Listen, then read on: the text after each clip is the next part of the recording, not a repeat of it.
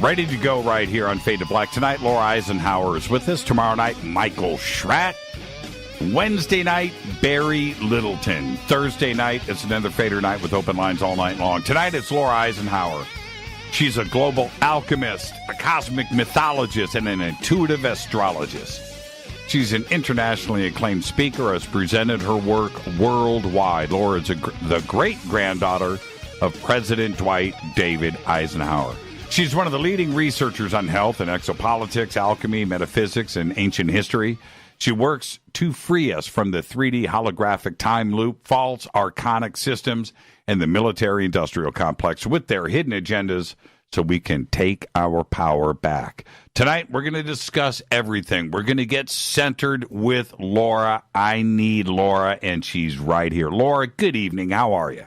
I'm great. How are you doing, Jimmy? Well, you know I need you. Right? I need you. We need you, Laura. Welcome back to the program. And crazy times right now, crazy things going on this planet. And you're no different than the rest of us. You're affected in the same ways, aren't you? Oh, completely. Yes. Absolutely.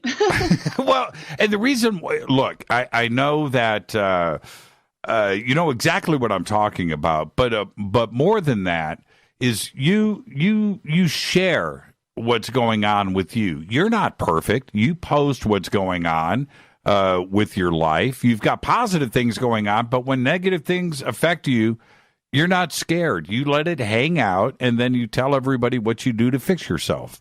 Is that that personal stuff, putting it out there like that? Is that the way to go, and does it help you make those changes? Well, for me, it works. I don't know if it works for others. Sometimes people feel vulnerable. I don't feel like I have anything to lose. And I share a lot of information about the healing process. And I mean, I just, there's so much that I feel we need to do as a society, as a humanity, to air out some of these unconscious wounds and programs and things that we've gone through in our life, and not to be afraid of it, because I think, part of the program is to shove it down and to put on a facade. And I don't really think that helps anybody in the end. And this is the only way I know how to be. So it would be incredibly uncomfortable if I was any different. So, I mean, I think it comes down to, we just need to be true to ourselves. And this is what being true to myself looks like, is just kind of like, and when I do presentations and I put this information together, I realize how helpful it is for me, that it's become a way of life. It's my lifestyle. I live and breathe it. It's not just research, right? So, well, yeah. I've seen you post day to day for years now, and I've seen this one cyclical thing. I've seen you work through issues, right? Which seems to be in real time, where you will start off the day with a post about, okay, this is what's going on. I'm so frustrated. 20 minutes later, you'll come back with a post that says, okay, maybe I shouldn't have done the first post because here I am now with the second post. And then the third post will come in. Oh, I am so much better, and this is what I did. And that's very, very personal stuff. Most people would keep that completely to themselves, but you have chosen to put it out there and show everybody the process. When did you start to get the courage for this, Laura? Because it's got to be tough to do. It isn't, though. That's the problem. That's why I go back and I'm like, maybe I should delete this, because Right. This is too easy to just, I'm like, wait, thousands of people are probably seeing this, or I don't know how many see me in the news feed. So I have to sort of remind myself, well, maybe I shouldn't go there. It is cyclical. I don't do it all the time, but sometimes I'm sort of splitting at the seams, and I know I'm not alone. And I know a lot of people go through stuff too. And I like to honor these initiations and these deep processes, because I know how easy it is to feel stuck and like there is no way to get to the other side.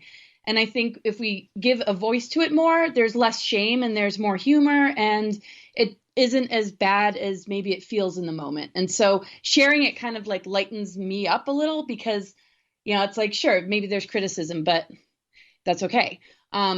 Maybe there's relatability. Maybe, there's just, something to poke fun at, because that's usually what it ends up being for me, is just something that kind of makes me laugh. I mean, some things are heavy too, but yeah, I started Facebook, I don't know, gosh, 2009 or 2010 maybe. Right. And I didn't expect that I was going to sort of build this social media as much as I have. After I became a public speaker, it really began to grow. And I haven't changed from the way I was when I, initially started posting. I haven't really changed much ever. I mean, I've always been kind of a transparent person with a pretty whack sense of humor. And I've always had my head into these deeper kind of conversations and sort of information. So, and I realized at the end of the day, whoever comes and goes, that this is the best thing I can give for me, or else I just start to not feel well and really kind of, out of balance. But so it's really the quest to maintain, some sort of, balance. And yeah, I just see us kind of all in this together. And why hide? I don't want to be a public person if it means I have to hide. I'd rather, yeah, I don't want to do anything if it involves having to change the core nature of me. And I know the information is valuable. I'm flexible as far as my beliefs go, but I wouldn't be where I am today if it wasn't for some of the stuff that I've pulled together. So I feel like that is a really strong foundation in me. And so, part of that courage, I think, is, kind of if I'm like rowing a boat and a big storm comes, you can't really hide it, but what are you going to do in the face of it? You're going to learn skills. You're going to, be preventative. You're going to know what to do better next time. And because I'm trained in wilderness expedition leadership, it becomes my ultimate metaphor, how I sort of steer my own ship in life. I'm not afraid of the storms or poisonous creatures. I want it to help me to be stronger. I want to be an inspiration. I want to show, hey, if this is showing up, yeah, it's not fun. It's not easy, but perseverance and knowing that the negative and the difficult is very temporary. And the rewards that come from coming out the other end are great, because not only is one a little wiser, maybe one's capacity to just share and unify is that much greater as well. And I love that part of it. I love the sense of community that I never really had. So it's kind of it's all so surreal that I sometimes don't even feel like I'm really here. So it's like, what do I have to lose when I post weird stuff on Facebook? Throughout the day, all day long, we are presented with a fork in the road, the right and the wrong, the positive and the negative, where you have to make a decision, and the right road is the difficult path. Doing the right thing is hard. Going and doing the wrong thing and being negative is simple. It's easy, right? That's the easy road to take. Why is it that so many choose the wrong path? Well, I think it's easier for people to go into a victim consciousness or to blame others or to just feel bitter. Maybe they're just really not seeing an expansiveness about what's possible for us in the future. I think it's also a neglect of really recognizing what we're made of. Yeah, and it depends on the type. Like, I've definitely felt into both. Sometimes it's just so easy to just love and have an open heart and then be walked all over. And then I think a person jumps into the other side out of a need for protection. And if a person's experienced one for too long, they might actually form a persona that ends up taking over, and they lose their sense of freedom or love or openness. And so I think in the end, if we can integrate both the light and dark, we can still be open-hearted and loving, but with boundaries, with discernment, and with honesty. It's like, it's not always going to be easy. We don't have to pretend it's always easy, but we can hold ourselves a little bit more accountable.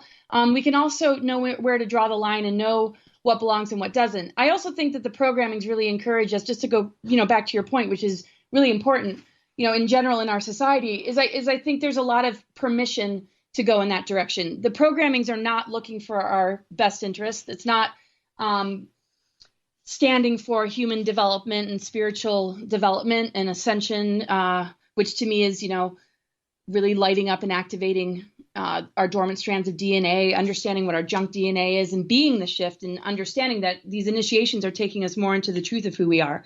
Well, we're in a sabotaging society that takes advantage of those initiations, and so people give their power away. They end up at a doctor. They end up getting maybe a fear diagnosis. They're given a drug.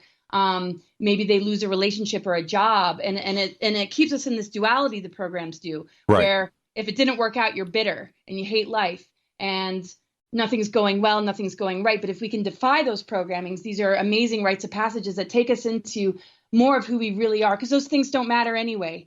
We have to learn to navigate beyond the matrix, because it's only going to trick us in the end. And I think that's what creates such a negative perspective for people that stay stuck in it, or they're the ones that are rewarded for being a part of that program to exploit people that might feel vulnerable.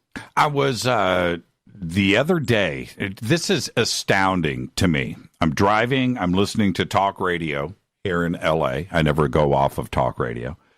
And the host literally said this: it's okay to drive solo in the carpool lane. Right? And said that if you get caught one day and you have to pay the traffic ticket, that's fine. But just think about all of the other days that you got away with it. Uh-huh. Now, that's the programming you're talking about. That is a negative decision. You know what I mean? That simple thing sets a mindset right there for the rest of society that it is okay to do this. You're going to get caught once. But if you run your entire day with doing the wrong thing and hoping that you're not going to get caught, or you're going to get away with it, or you're going to do something behind somebody's back, or and you operate your life in a negative aspect, that's the programming that you're talking about right there. And it's like instilled. This went out to millions of people. And it really, really bothered me. Hence me having to call you. Right? I love your last post recently about, be a positive person. You have that choice, right? And I think integrity is everything. I think that's what keeps us connected to spirit. It keeps us grounded to earth. It helps us to have, healthy relationships. If we're just living to see what we can get away with, then we're probably just trying to deceive others too, and see how much we can manipulate them or play them to get what we want from them too. Right. And that makes you a very toxic person. That makes you just as bad as the cabal, because you've bought into their game and you're enabling it, and you're a part of the energetic pollution that we're trying to clear. And it's not appropriate. It's not. I don't know what people think they're hiding from. And it's not about believing in God or a punishing God or heaven or hell, but it's like cosmic and natural law. I mean, just that alone. There are greater laws that, and I saw that a lot, especially spending a lot of time in the wilderness. You see the instant karmic effects of people being a schmuck to each other, or stealing the food, or doing it's like instant backlash. But in our society, because we're in this false matrix, it buffers these lessons somewhat, because you can sort of work your way around it. I mean, there's the opportunity to just drown yourself in some sort of way of life that other people are in agreement to, that won't hold you accountable, because they want to do it too. And so everybody is in that sort of codependent, negative ego mindset, and it's really hard to convince people to snap out of it. It's too bad, because it's taking them down a road that I think they would, regret. That's called digression. That's called potentially being more siphoned into an artificial, timeline, and, negative technologies that, are siphoning life force that hands its power away for the instant gratification of thinking it has power, because trickery is a form of, false power. That's right. That's right. Yeah. That's right. There is, and that trickery, that blinding, it reminds me of the line in a Black Sabbath song, right? Heaven and Hell, I swear, which is, the line is, the world is full of kings and queens who blind your eyes and steal your dreams. And think about how accurate that is, right? It's exactly what you are saying right now. And this programming that it goes on all day long. Today, so many are completely blinded by it, and they don't realize that they're being taken off of the path. That's the power structures in our world. It's the fact that all this satanic ritual abuse and all this dark stuff, mind control programs, exist in the places that people look up to, and they emulate and they idolize the individuals that are caught up in it.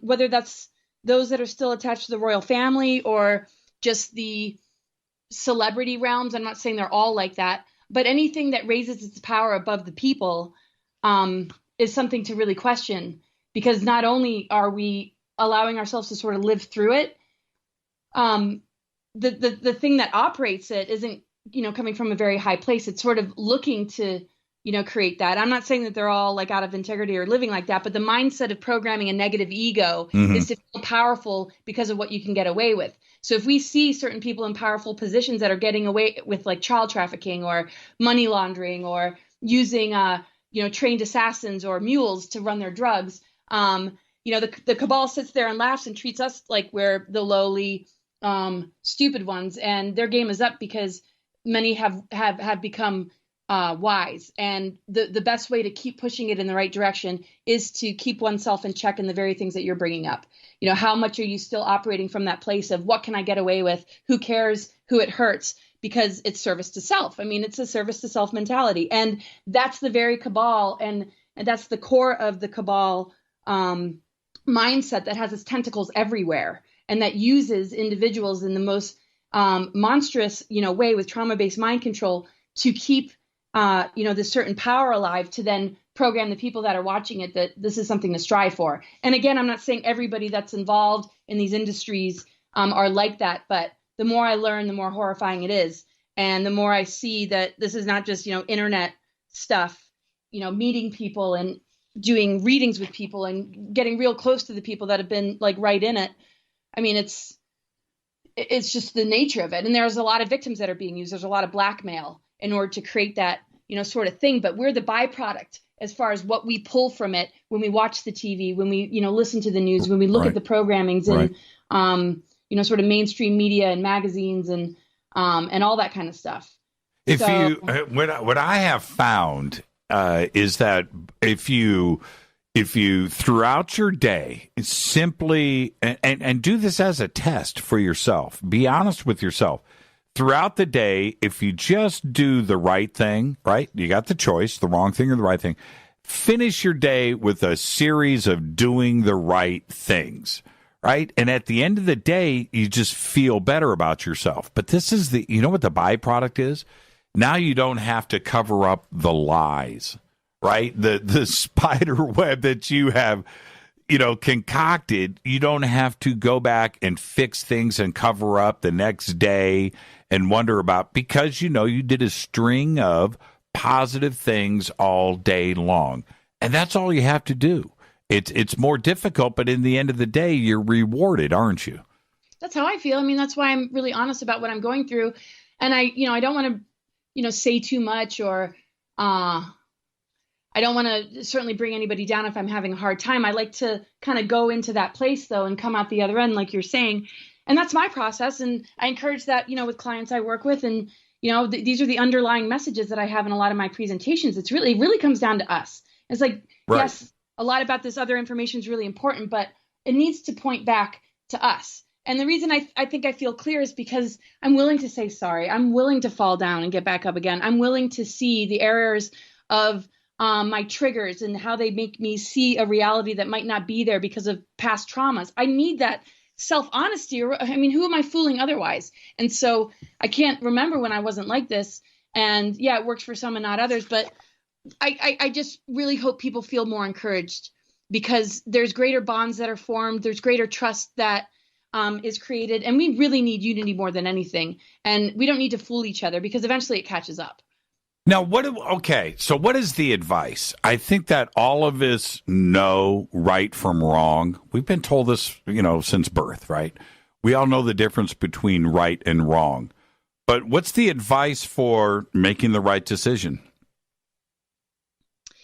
It's the same thing that, everything's energy, so things that aren't healthy, that are toxic, they might give us instant gratification and, certain joys. And I'm not saying, oh my gosh, we should give up everything. Geez, we've been stuck in this lower density. I think we should have some fun and not worry so much about everything. But I think the number one thing, if we could get right, would allow us to transmute a lot of the other toxicity we deal with in the world. If we don't have our inner self clear and grounded to being in our divine center, integrating polarity, living in integrity, honoring relationships, treating, others with love and respect despite our differences, then everything else is really hard for our system to handle because we're not operating from a higher dimensional level. We're not connected to spirit, which transmutes, which heals, which alchemizes, which purifies. And we're just kind of like getting ourselves in deeper trouble, which creates even more of a need for these externals to appease that lack or that void. So I think the greatest advice is not only is it going to help you to reclaim your life force and call your energy back from past situations that were negative, it's like a form of soul retrieval just to step up and say, I'm going to break these patterns so that the same patterns that one, might have been used to creating aren't really as easily showing up. That's the whole deal with patterns. Life teaches us everything that we, need. We're here for soul development and spiritual development. We've been taught that it's about status and power and all these other things that even an awake person might still fall in the trap because it's ingrained in us. It's multi-generational. We've been in a 26,000 year cycle of a lot of BS and a lot of dark technologies that have been operating, a lot of world wars, a lot of disconnection of masculine and feminine, spirituality and science, and this bombardment of all this, other stuff. We need to cut ourselves slack and not be afraid to fail because there is no real true failure. We need to not be afraid of what others think. We need to be okay with the shadow elements. And and the greatest advice that I can give is because this is what advances us. It's not just some like, oh, isn't that nice? It's a fluffy, nice little philosophy we can go to sleep with. Mm-hmm. I literally am positive that this is what helps to advance us. It helps us to defy these lower realms. It helps us to activate dormant strands of DNA because ultimately our DNA holds the elements. And I'm not going to get into, anything without you, asking first, but the nucleic acids in our DNA hold the elements, including ether. The mitochondrial DNA connected with the mother holds the element ether, and it's been damaged for thousands of years. Now that's healing, and it's a nurturing energy, and it's like everything that we would need as proof to know that we're in this ascension window basically exists. When we choose these darker realms, we're actually putting ourselves on the line, and we're actually threatening the well-being of our soul in the long run. That is going to take a lot of time and a lot of work and energy to undo if we don't figure it out while we're at this crossroads, while we're in this very, very pivotal, crucial window period. And it's just not worth it in the end, because at the end of the day, when all the material stuff falls away, you only have your soul. And if that's played a lot of games with people, if it's hurt people, if it's used and manipulated, if it's lied, if it was only out for self-gain, you can't run from that. And if you want to end up, with these dark technologies and end up joining, the cult of the cabal and the Satanists, I feel for a person, but I don't know where they think it's getting them because it's certainly not honoring what's sacred.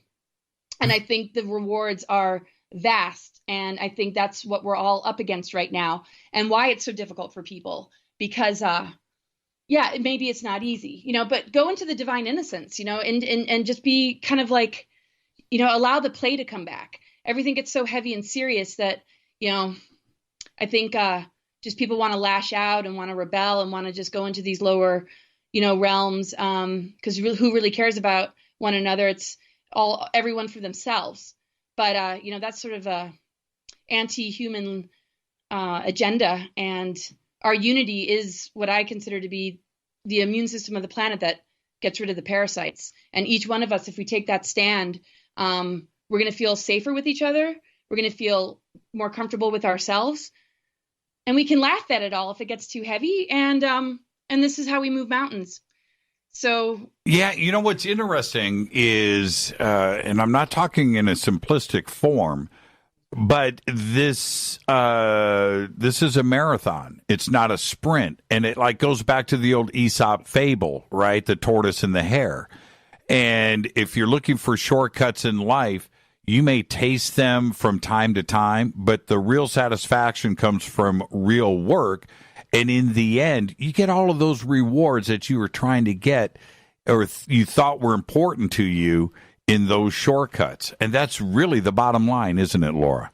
Totally. Yeah. And it's also knowing that sometimes there's a lot of, fear, more the fear of the anticipation of what's going to happen when I take a leap versus, how it actually feels once you do. Kind of like should I jump out of the airplane? Is my parachute going to open? It feels like a huge risk to just surrender to the self and say, I'm going to be true to myself. I'm going to be the best that I can be. Because I think deep down, we really are good people. I think we all want, love. We love the earth. We appreciate, all these things. And we've been taught to think, otherwise. And people really fear rejection. They fear being the oddball out. Right. They fear the ramifications of going against the program. They even are concerned about being targeted or, what happens if I do this? And the thing is, we're only going back into our natural habitat. It's so much more comfortable and natural than that we can imagine, that we've been taught to disassociate so much from ourselves that we have all these other things that create these false identities or sub-personalities. And when we surrender to like releasing them from ourselves, and people start to leave our lives, people tend to freak out. Like they fear the isolation. They fear, those periods of loneliness as they transition into something much better. But the thing is, it's not a requirement to be perfect. It's not about that. Like you have to be a perfect saint or angel. It's just be the best you that you can be. And then you won't feel so alone when you're going through, the struggle to just get there. Because the thing is, you won't be creating a backlash because you're upsetting people, right. You're hurting people, or you're allowing somebody to steal and rob energy from you, like people who stay stuck with narcissists or, toxic relationships. Let me jump in right there. When you stand in your power and you lose people, it's like. Let me jump in. We got to take a break right here, Laura. If I keep letting you go, I've got no commercials tonight. Our guest tonight, Laura Eisenhower. I feel better already. Laura Eisenhower is with us. It's Fade to Black on the Game Changer Network and KGRA, The Planet. We'll be right back. More Laura right after this short break. Stay with us. You're listening to a preview of Fade to Black. To get the full episode, go to jimmychurchradio.com and get our podcast. Click on the podcast banner or sign up in the membership area for downloadable MP3s. Everything commercial free. Welcome back, Fade to Black. I am your host, Jimmy Church. I just posted up. I had to do this. This is Jose. He's amazing. Everybody knows Jose. I just posted a picture up. He just looks so good. I had to take it during the break. And Jose he was gifted to me from Lisa Frith, who got Jose from Carolyn Ford. Carolyn is the best. And people ask me all the time, where'd you get Jose? I got Jose from Carolyn Ford. And the links are right there in Twitter. And if you want your very own crystal skull like Jose, just go to Carolyn Ford. The links are right there. Now, our guest tonight is Laura Eisenhower. And Laura, you're going to be speaking at our very own Soul Tech conference over the July 4th weekend in Loveland, Colorado. And are you excited about that? Absolutely. Very excited. The opportunity to teach. You are a teacher, and we have, chosen, the best and the brightest out there who teach. But that's your life's path. It's what you do. I want to ask you a very personal question. We're talking about the right and wrong, the positive and negative. I think all of us get a rude awakening and have that epiphany at some point in our life where you just took the wrong path one too many times and you get caught. I want you to look back. What was that life-changing moment when you just knew that you were tired of taking the negative path? What happened? Do you remember that moment? Oh, man. Oh, what a question. I think it has happened a number of times. I remember in my teenage years, I don't want to put it down to, because my astro sign is this, but relationships have always been a really big deal to me ever since, my first relationship. I've always just had this idea of sacred union and knowing that this was really important for the planet. And I was writing about it. It was like my whole world. So when those relationships didn't work out, instead of sort of seeing the larger picture, I let myself get like really crushed. And it wasn't so much about the person. It was just sort of the concept and just really seeing how difficult that is to attain and how much, most don't really care about that. It's the program or whatever. I know I say the word program a lot, but what we're taught is to not really care about it. Especially in our younger years, it's just kind of like a nightmare. So I would say that I started to go into some really, dark places. Some of the places it took me, I'm kind of proud of. Like I stopped, going to school. I had the worst attendance. I'm like, yeah, because school's kind of stupid. But I mean, not all of it is, but I respect now, knowing what I know now about some of the BS that, we're that's pushed upon us in the school systems. It's like, well, that wasn't, a totally dark or negative thing. I mean, not to go into maybe the details of the story, there's been plenty of times that I've hit my head against a wall and really are you saying literally? Like I stopped caring about the human part, but not the spiritual part. And why is it so easy to do? When it's the wrong thing. Is it that we just don't care in the moment? Well, I kind of, right or wrong, I mean, it sort of depends on the person. I know that there's a lot of people, it's, one or the other. And there's a major distinction. I'm not saying I'm immune from it at all. But it's sort of like, it's hard to know what it means sometimes when the wrong can take us into a greater right. If we're willing to go through the underworld, if we're willing to go through the transformation and come out the other end wiser and better than before, then that wrong can actually serve us. But yes, in that moment, why would I put myself in this situation where I have to, go through all this just to get myself back? And then, I just decided, well, instead of being in the sensation of it, which can sometimes end up feeling like guilt and just pain and just misery, I'm like, well, what is it trying to say to me? And it really opened me up to the greater work that I do. I didn't like what I was seeing around me, the way people were treating each other. I felt just so cut off and just so, frustrated that I took it out on myself. So the wrong thing was I became pretty self-destructive. I didn't want to hurt anybody else, but I ended up kind of hurting myself because I was just like, what am I doing here? Mm-hmm. And so I just poured it into, the research that I do, the books that I've been working on, if I ever freaking finish them, even starting at a young age. I was talking about the photon belt and, ascension energies, and people were like, what? It wasn't anything that anybody talked about. And then I was like, definitely projected upon. And I think the wrong thing was to believe in those stigmas. And I didn't really let it get to me. I just decided to kind of go off and disappear. But I would say self-destructive tendencies have been hard. And yes, I've made mistakes. Where I did not want to tell a person how I really felt because I was so afraid of hurting their feelings that I realized, because kind of going back to what we talk about, you just got to say it like it is. And I think the reason we choose the wrong thing sometimes is we're maybe afraid of punishment. We're afraid of the ramifications if we don't speak up, but then we do the wrong thing sometimes that could actually, provoke that or cause that, where you're lucky if you don't get caught. I mean, I wouldn't say I've been the most law-abiding citizen. I've definitely, and yeah, I've landed myself in quite a bit of trouble, but I always felt like, okay, I've learned my lesson, but what is the real reality here? Like, am I trying to answer to the system and do what's right? Or am I trying to be true to myself? Like where does this all really apply? So I've always been sort of lost in the rights or wrongs of being like human. And then I sort of translated it into what is the right or wrong in terms of myself, where I might be just with somebody just because I'm afraid of hurting their feelings, or I'm choosing to be destructive because I'm really upset at something outside of me and I'm taking on the blame and the guilt. Some people go the opposite route and they blame everybody and, it's everybody else's fault. I tend to be the opposite. And I got to find the middle road. Like I'm a Libra. It's like trying to find the balance. So I think it really depends like what the experience is, what our perspective is, where our intention was.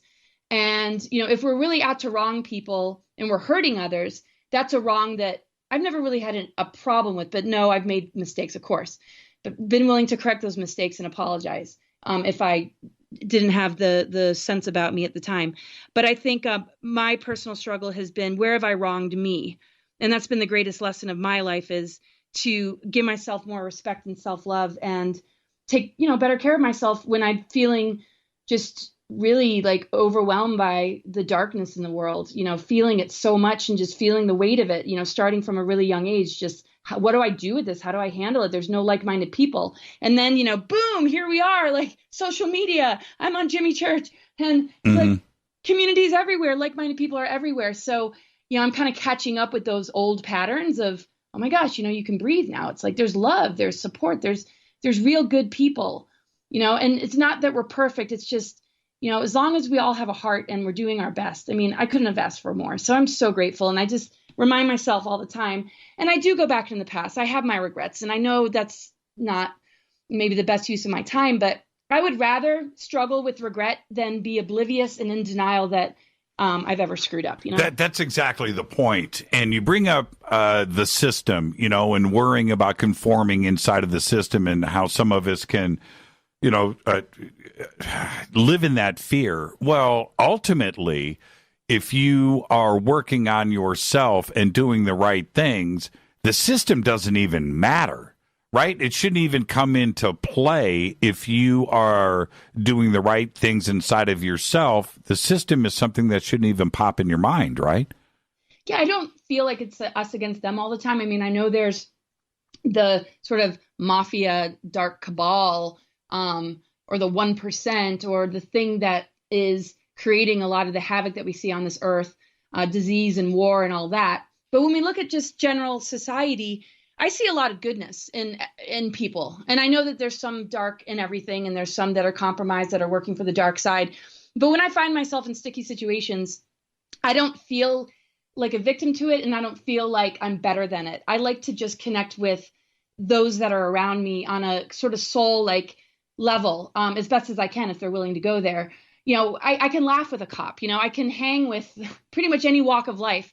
If we could just get down to that level. Now, if it comes down to something in reality playing out, like a parking ticket or something worse, or, some sort of trespassing thing, or, God knows, if in the past, if substances were involved, I mean, it's really just about how you approach the situation. Like, I'm not angry at the system. I don't like the things that are operating it. I don't like the dark agendas. I don't like, the hidden elements that are really hard for people to swallow, that are hiding and kind of pulling the strings a bit and creating a lot of false flags or propaganda that, controls people's minds in the way that they think. But my way of beating the system is to not look at the programmings in the people I meet, not holding them accountable to those programmings and treating them like, oh, you're just a sheeple, you don't know anything and you're asleep.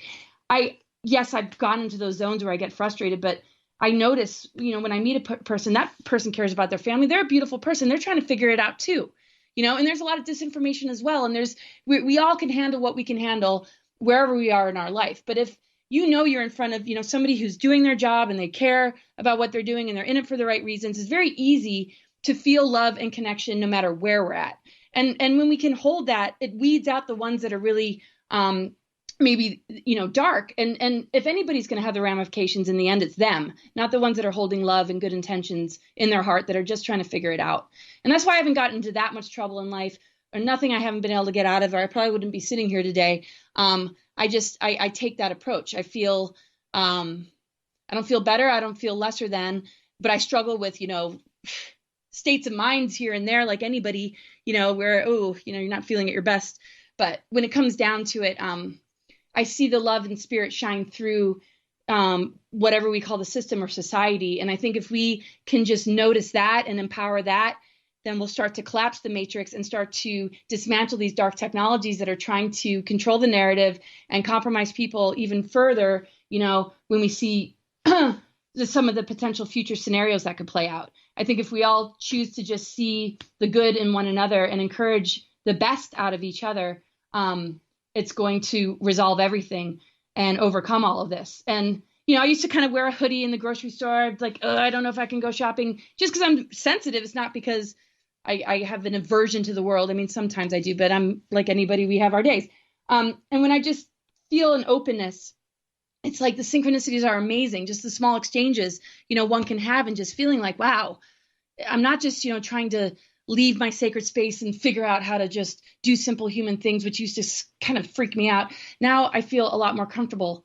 Let me ask you this. We all of us, yourself included, right? We can identify the negative people that are around us, and we know who they are.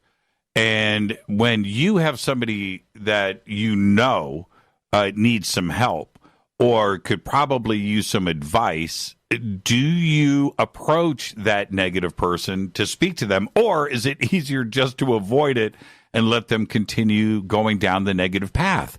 What do we do? Yeah, well, that's a good question. I like to make myself available as a resource. I want people to feel safe to come to me, but I don't want to be pushy and be like, oh, I don't want to be invasive, like, oh, you must need some help, unless they're really struggling and it's obvious. It's like, oh, hey, do you want to borrow my cell phone? You have a flat tire, or, how can I, just help you in a troubling situation that has more to do with some of the, crazy things that can happen to us in this human realm. But if it's a really negative, depressed person needs, I'm the kind of person that will help those in need. Like if I see a person that is struggling on the streets, or somebody even who has a GoFundMe out, like I do my best. If I have enough, I will do, all that I can. Because that person's already saying, hey, I need help. I try not to be too invasive, but I want to be like a comfortable person. And I'm open to the person who approaches me. Now, if they approach me with attack and negativity and they're acting out and they aren't able to handle what they're struggling with, and it turns into a behavior pattern that I find completely inappropriate, then I have my boundary, because it's really on them. It's like, if you need help, you got to figure out how to create the right approach. You got to, come from, a place of safety and respect. And if that's the case, absolutely. But I'm not going to put myself in harm's way, even if that person's struggling. Maybe I'll plant a little seed, leave a little business card, like on a bulletin board. It's not like I'm out and about that much, so I don't know at this point. But, I used to put my services to do readings, in places that people could find. So I guess to make a quick point, even though I'm not very quick, I like to be a resource. And if I see somebody struggling that's afraid to ask, and I can just, tell that they're like in great need, I'll do all that I can. If somebody's willing to say, hey, I need help and I'm able to do it, I absolutely will. But the acting out and the inability to face it and look at it in a way that, is healthy, I would avoid that, just because I have put myself in that situation before and didn't end up coming out the situation in a very good way. Putting myself in harm's way is something I just won't do. And if I have to defend myself, I will kick some, what. Do you ever, I want to make one quick comment. One thing that I enjoy about you is when you speak publicly and you're done speaking and you walk out of the conference room or hall or whatever, you have people following you. Right. Physically, like this thing, and you attract this positive vibe. Do you notice that? Do you notice when you know what I mean? Do you pick up on that? It's something I don't notice in the moment. I'm more concerned, like, oh my God, I hope I got to, answer everybody's question and I gave everybody a hug. And I'm the kind of person that loses sleep over the silliest thing, like, oh, I hope I didn't get misunderstood. I hope I didn't say the wrong thing, or hope that person didn't feel like I brushed them off because I had to go over here, instead of being like, oh my gosh, people are gathering around to, maybe give me some love and appreciation. It's just kind of the way my mind is. I could get like a standing ovation. I'll still be sitting there like, oh, this slide, I could have changed this. I could have done this a little bit better. But I think it's how I kind of raise the bar to become a better person. I just wish like I could do it a little less, because it's a little counterproductive at times. And my poor partner is just like probably really sick of me, like, like, oh, I hope I did this okay, and I hope I didn't offend that person. And he sometimes reminds me, he's like, you got to see all this love that you're getting, and I wouldn't worry about that. I'm like, just like you're reminding me of. So no, I wouldn't say that I register it. It's all very, very surreal. I'm more like, I have a mission and I want something to take place. I want to be able to deliver something that's going to help a person feel closer to who they are. And that's number one. And the rest of it, no, I can't say I notice. Sometimes, I do, but it's usually when I reflect back, I'm like, oh yeah, actually, if you can shut your monkey mind up, that actually went really well. Yeah, exactly. Okay. Do you ever meet somebody you don't know? Right? You don't know this person, but they'll come up and shake your hand, and you catch the energy, from hand to hand, from the handshake. Do you ever pull back and go, whoa, whoa, whoa? Yeah. Is there can you pick up on the negative or the positive vibe through touch? Yeah, I would say definitely. I'm a very sensitive being. Sometimes it's hard to know, is it a projection? is there just a trigger there because of something else, or is it really something that I'm getting from them? So I like to give a person a little bit more time before I just jump to any conclusion. Right. And it usually doesn't take long after you spend a little bit. Some people don't get boundaries. That's a tough one for me. I don't know necessarily how to give a person like the blunt indication that I need to be left alone without feeling, and I don't know if they're actually being a good person or a nice person. They're just oblivious, or they're trying to get in my space in a manipulative way, and they're really out to, harm me. And because there's so much going on, it's like really hard to just kind of ground into what is it that I'm really feeling. Now, if I have enough time to, breathe and, have a little bit of downtime before I approach a lot of people, I would say that it's a lot easier to read. But if, there's just so many different energies coming all at once, I have a little bit of a harder time. And again, it usually takes a little bit longer to know a person, to be aware of who they are, maybe see them more than once, and just kind of get the general vibe. But yeah, I mean, there's some that you can just tell by the look in their eyes. And even just looking in the audience, you can just see the vibration of them, in the audience. And, it's tough because I don't, there is that duality of positive, negative, but I always think that one blends into the other, and it's sort of like a cyclical thing till eventually the negativity sort of irons itself out or sort of squeezes out the gunk, and it's a little bit easier the next time around. One goes into the dark night of the soul or faces, those painful inner places that can be very obvious that somebody's struggling in. I think if we go through enough of that, it doesn't blindside us, and it doesn't lock us into a vibration that is really off-putting. But I think people's growth is stunted because there's really nothing in our culture, in our school systems, that help us through those initiations. Instead, it ends up being a medical condition when really that could have been the person's greatest awakening. And instead they're being drugged or told that, they've got this diagnosis or this issue. And it's very unfair, because I know that when a person goes into those zones, they have the opportunity to, come full circle. And when there's no guidance, when there's no understanding, and a person dwells in that for too long, they can be very, very hard to reach for the rest of their life. And that's what's really troubling about the way the system's set up and what people are taught to do as a service. They might not realize that they're not really helping that person, but they're taught like, oh no, this is great. Give them this drug, tell them they've got this condition. And again, I'm not trying to bust on the medical industry, but I think in this window period, we're going through such huge transformations. We need to change the names of these labels and look at it in a different way so it's more empowering. Is there somebody, we're going to head to a break here in 2 minutes. So I'm giving you the warning, the Laura Eisenhower 2-minute answer, which is hard to get to. But is there somebody, is there a speaker or an author today that inspires you that you listen to?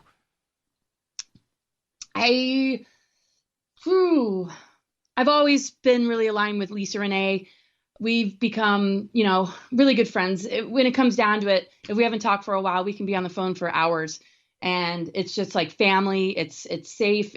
Her information is just, it just fits so much into everything that I've always understood, but it goes in places that it's like, wow, this is a whole nother level of, articulating it, and helps me to connect dots with things that I haven't necessarily seen her say. So it's almost like it's very compatible. There's things that, I don't know, we connected a lot of dots together, I guess you could say. So it's always pretty much, I would say she's the one that has been the most inspiring. I don't want to put like most, but who I gravitate to and who I feel a vibrational match with on a mission level. And her website for everybody, if I'm still under 2 minutes, is energeticsynthesis.com. Highly recommended. There you go. Let's take a break right here. Our guest tonight, Laura Eisenhower.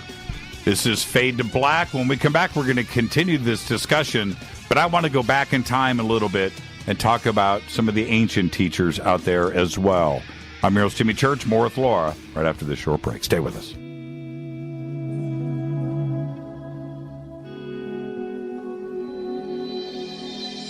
You have just listened to a full hour free preview of Fade to Black. To get the full show, all archives, just go to our podcast section at jimmychurchradio.com. You can also sign up to be a Fadernaut in our membership area, where we have downloadable MP3s. go to jimmychurchradio.com.